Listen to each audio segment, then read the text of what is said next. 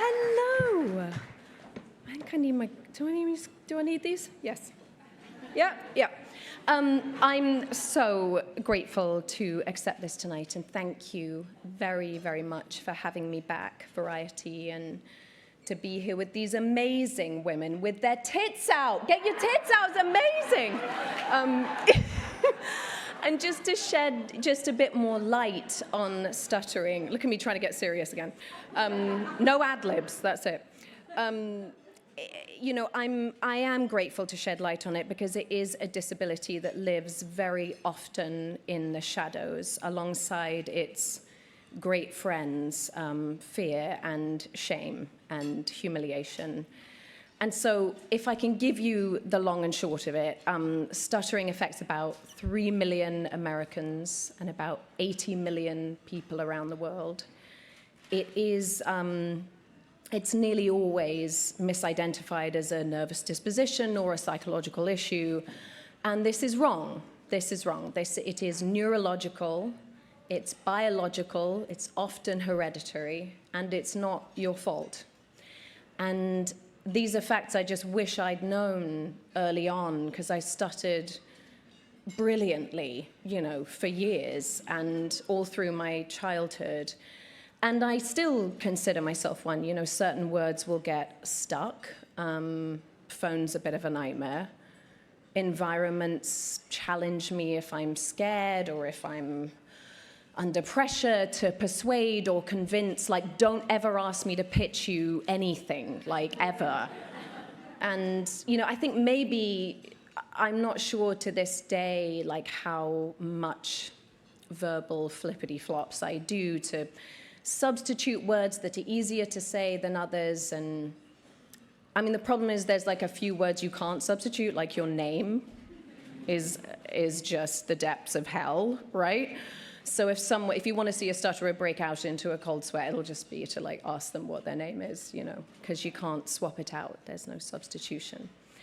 And so, you know, speaking of identity, I think it's the main reason I find this cause not only personal, but it's deeply emotional, because a stutter is like, it's like an imposter that's sort of living in your body who doesn't pay rent, ever.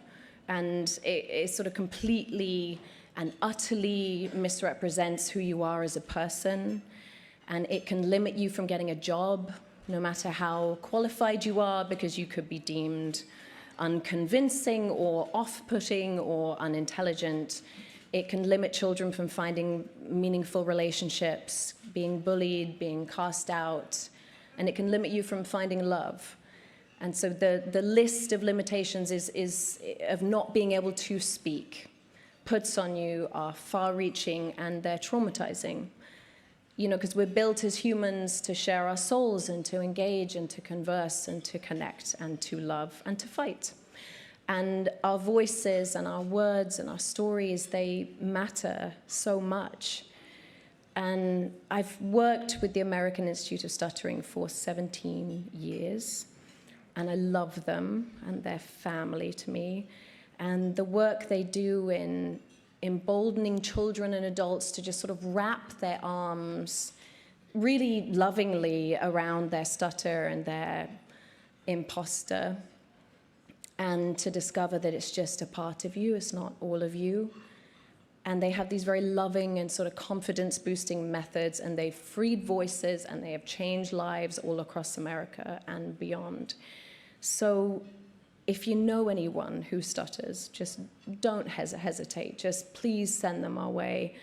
We'll take such good care of them. And the next time you meet someone who stutters, just know that, like, every word they say takes effort and courage. And look them in the eye and just be patient. Don't tell them to slow down or breathe or spit it out. It's a neurological thing. It's sort of a motor pathway thing. Don't finish their sentences. They know what they want to say, and they have so much to share. So just be patient and be curious. And thank you so much for having me back at this event. It's very beautiful.